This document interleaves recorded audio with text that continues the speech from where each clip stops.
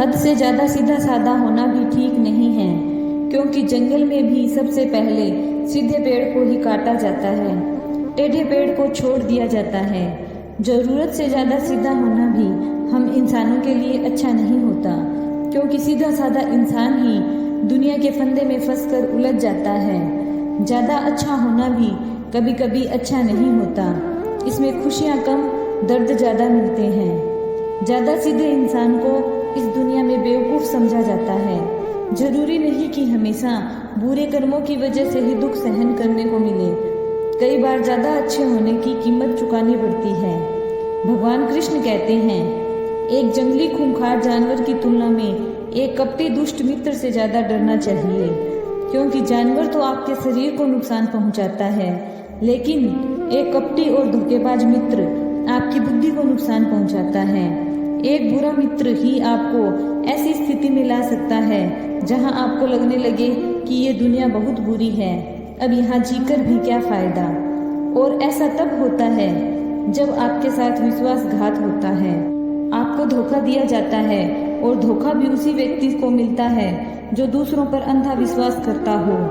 कभी भी हम एक दूसरे पर एकदम से भरोसा नहीं करते, भरोसा धीरे धीरे बढ़ता है, लेकिन एक समय आने के बाद ये भरोसा इतना मजबूत हो जाता है कि हम उस व्यक्ति के लिए अपनी आँख, नाक, कान सब बंद कर लेते हैं, और फिर ऐसी स्थिति में हमारा विश्वास पात्र व्यक्ति हमें इतना बड़ा धोखा दे देता है कि हमारा दुनिया पर से भरोसा उठ जाता है और हम हर किसी को शक की नज़र से देखने लगते हैं। असल में देखा जाए तो ये दुनिया धोखे पर ही चलती है। हम लोग भी अपनी ज़िंदगी में कभी न कभी, कहीं न कहीं किसी न किसी को धोखा जरूर देते हैं, और दूसरे लोग भी हमें धोखा दिए जा रहे हैं। दूसरा धोखा दे तो समझ आती है, लेकिन हम तो वर्षों से खुद को ही धोखा दे रहे हैं। हम स्वयं को ऐसी बातें समझा देते हैं कि जिससे हमें सच्चाई का सामना भी ना करना पड़े। राधे राधे।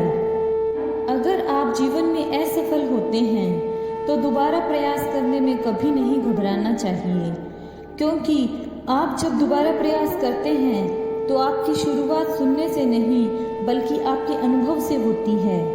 जिंदगी में सदैव अवसरों का आनंद लेना चाहिए, लेकिन किसी के भरोसे को तोड़कर नहीं।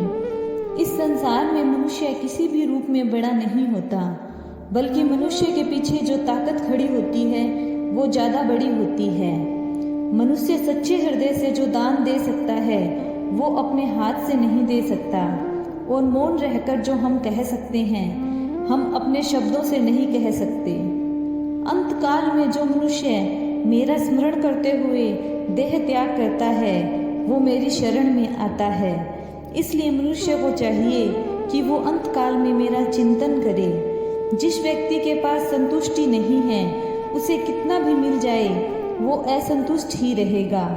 श्री कृष्ण कहते हैं, अगर आप किसी के साथ मित्रता नहीं कर सकते तो किसी के साथ शत्रुता भी ना करें। जब आपके जीवन में चारों ओर निराशा हो, हताशा हो, दुखों ने आपको चारों तरफ से घेर लिया हो, तब आप सच्चे मन से कृष्ण जी का नाम लेकर दीपक जलाना और अपना सब हाल भगवान श्री कृष्ण को सुना देना।